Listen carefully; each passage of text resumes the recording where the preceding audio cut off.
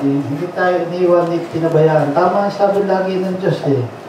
Kung ikaw ay laging nasa akin, hindi kita iiwan, ni pababayaan, habang ikaw ay nabubuhay. Amen. At ang pangako niya, long and satisfied life.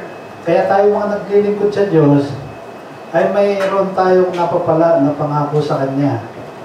Kaya kahit anong mangyari, kaya nga sabi ko, totoo ang ang testimony daw ng tatlo, matibay. Sabi ni Teddy, Bibian, matibay ka. Kahit kailan, bumabangon ka.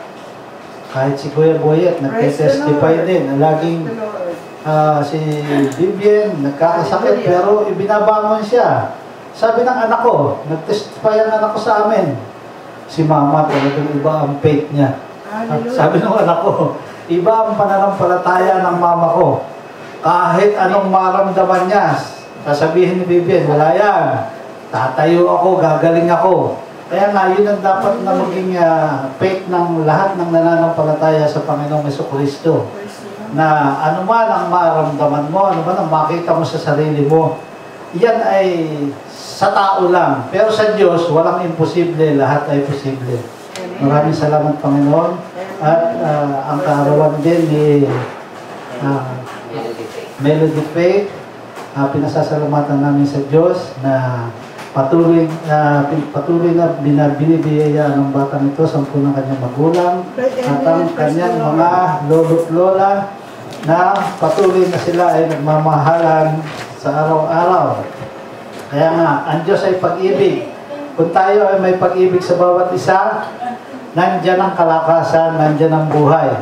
Kaya nga sa isang tahanan, pag ang pag-ibig ay nawala, ang Diyos ay malayo, lumalayo. Kaya kahit anong galit natin sa bawat isa, pilitin natin, sabi ng Diyos, anak ko, lulubog na ang araw, magpatawad ka na. Ayaw ng Diyos na lumubog ang araw sa galit natin. Amen? Ayaw ng Diyos yun. Ang gusto ng Diyos, sige, magalit ka. Hindi naman kita pinapawala magalit eh. Normal sa tao ang magalit. Pero, huwag mong palulubugan daw sa araw ang galit mo. Dahil ito ay lilikha ng napakalaking gulo na pagsisisihan mo pagdating ng araw. Kaya mas maganda sundin ng Diyos kaysa sa sarili natin damdamin. Kasi ang sarili natin damdamin, nililigaw tayo para sa distraction ng ating buhay.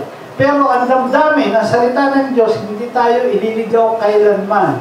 Basta sabi niya, huwag mong palulubugan sa araw ang galit mo. Kahit magalit ka araw-araw, pagdating ng hapon, magpatawad ka. Huwag mong kikimkimin ang galit mo. Kaya maraming salamat sa Panginoon Diyos. Manalangin tayo, Amang Banal. Maraming salamat sa araw na ito. Ang kadakilaan mo ay araw-araw. Hindi mo tinitigil ang biyaya sa aming lahat. Unang-una ang kalakasan. Magkasakit man kami, may kagalingan. Bumagsak man kami, itatayo mo kami. Ano man ang mangyari sa aming buhay, ikaw ang makikialam.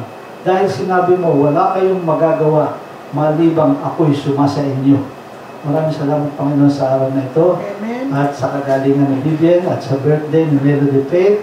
At maraming salamat sa aming mga magkapatid sa laman at magkapatid kay Kristo. Patuloy mo kaming bayayaan. At ikaw ang mataas sa aming buhay. In Jesus' name. Amen.